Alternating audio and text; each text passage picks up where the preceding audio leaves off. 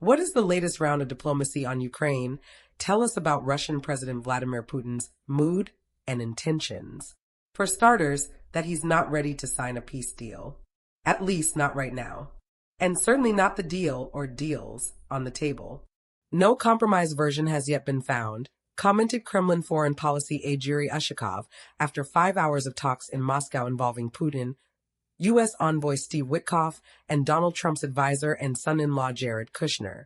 No compromise is no real surprise, considering the Kremlin leader's uncompromising comments in recent days.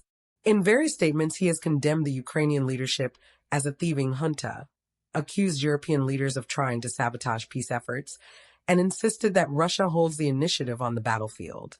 On a couple of recent occasions, Russian TV showed Putin in military fatigues, studying maps of the front line and trumpeting military gains, many of which Ukraine and international observers have denied.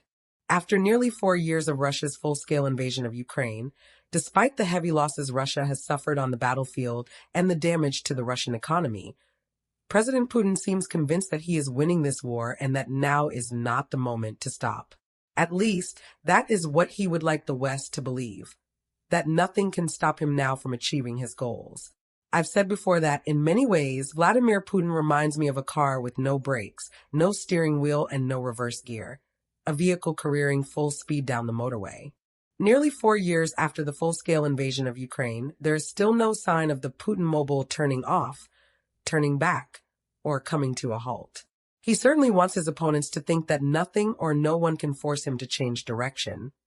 Neither European leaders, nor the Trump administration, nor President Zelensky. But cars need fuel, a constant supply. And to fight a war, countries need money, a constant supply. For now, despite international sanctions, Russia's government is still able to finance the special military operation, its war on Ukraine. But economic pressures are building. Revenues from oil and gas have been falling, the budget deficit growing. Even Putin admits there are problems, referring to imbalances in the economy. In several sectors, production output not only failed to increase this year, but actually decreased, Putin said this week. Are we satisfied with such trends? No. The big unknown.